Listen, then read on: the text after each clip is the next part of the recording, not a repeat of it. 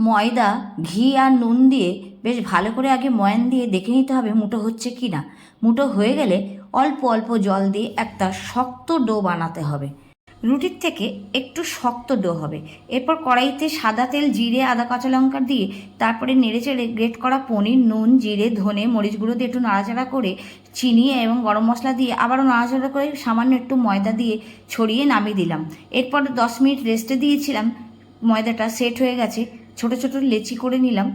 তারপরে লেচিটাকে একটু বাটি আকারে করে পনিরের যে পুরটা করেছিলাম সেই পুরটা সুন্দর করে ভরে দিতে হবে যেন না বেরিয়ে যায়। এরপর হাতের সাহায্যে এটাকে একটু চ্যাপ্টা মতো করে দিতে হবে। করে হাত দিয়ে একটু পুরটাকে ছড়িয়ে দিলাম। তেলটাকে হালকা গরম হয়ে গেলে লো মিডিয়াম আছে আস্তে আস্তে ছেড়ে দিতে হবে কচুরিগুলো এবং ভেজে তুলে ফেলতে হবে এই হালকা হিটেই। কেমন লাগলো আজকের রেসিপিটি? পনিরের খাস্তা কচুরি। লাইক দিতে ভুলো না।